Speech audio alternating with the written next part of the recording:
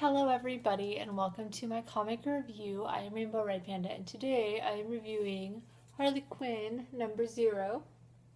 This came out a while back, probably like a month ago now, but I am deathly behind in my reading, so I just now got around to reading it. It's something that I was excited to read. There is a different artist for pretty much every page, so the list of artists is very, very long. They're all amazing, and I love it. I really wasn't sure what to expect from this comic because there were so many different artists. I didn't know if like each page was going to be like a different short story or if it was just going to be one big story. And this comic is one of the craziest things I've ever read, but I love it. It's what you would expect from Harley Quinn, but going into it, you don't know what to expect. But then you read it and you're like, yeah, that totally makes sense. I totally expect that. So, I don't know.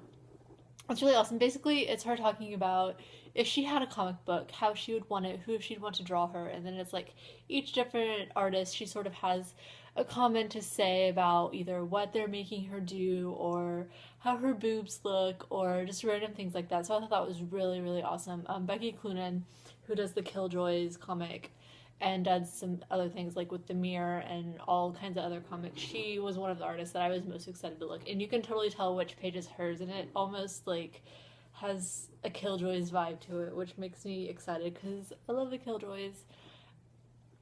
They ended up going with Chad Harden, but I think they're still going to do some sort of guest artists with sort of unknowns. I know the controversy with this comic was that they had requested that like an unknown person do a few different panels depicting Harley doing some unfortunate things. And I knew that it wasn't going to be an issue 0, but towards the end, whenever they mentioned her being in Suicide Squad, I almost expected that to be in it. And then I was like, oh, well, if they do it this way, it's totally not going to be like a dark thing. It's like she's making fun. She's like, no, like this isn't right. I don't want to be in like a chicken bikini. That's like her thing in this episode. So we'll see what happens with issue number 1. It comes out soon, so we won't have to wait very much longer, but I'm really excited to see it. I don't know if it's gonna be sort of more like this where she's talking about having I don't know that I would say that's going to be a really long lasting comic book if all you're talking about is how you have a comic book.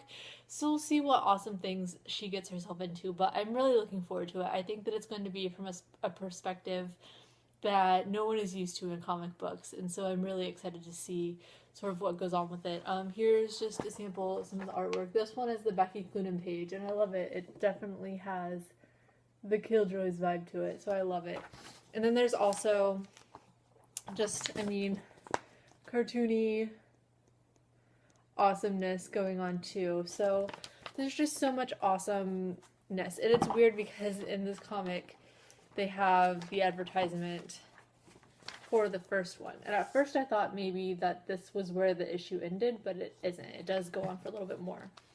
So, I don't know, I would recommend getting it. I know a lot of people don't always get the number 0 issue of a comic just because it doesn't usually have a main point to it. It's not something that really, if you don't read it, you're not missing out from issue 1. It's just sort of giving you like what to expect. And this, I don't know, I think it's awesome. I just think that's something that everyone needs to read, especially if you're a Harley Quinn fan. So everyone has their favorite thing about Harley, and so I think everyone will like it. I think that she sort of goes into like everything, like all of the things that people say about her, like all the things that she's done. There's sort of like something for everyone in this. So if you know of Harley Quinn at all, you will like this comic. And if you like different art, and it's interesting just to see how everyone draws her differently. I mean, it's true with comics, everyone draws everybody differently, so it's cool to see like a big compilation of Harley, but it's not all different storylines. Like you have Batman Black and White, they sort of have like 3 or 4 different stories in one. And then there's a Superman, I think it's like Adventures of Superman that's out right now, that they do that too. Like DC is sort of becoming notorious for all their major characters have a series out that's just compilations of short stories. And I like that, but at the same time I don't, because sometimes I see those short stories and I want them to keep going, and it's not something that happens. So with this, I'm looking forward to seeing what they do with it.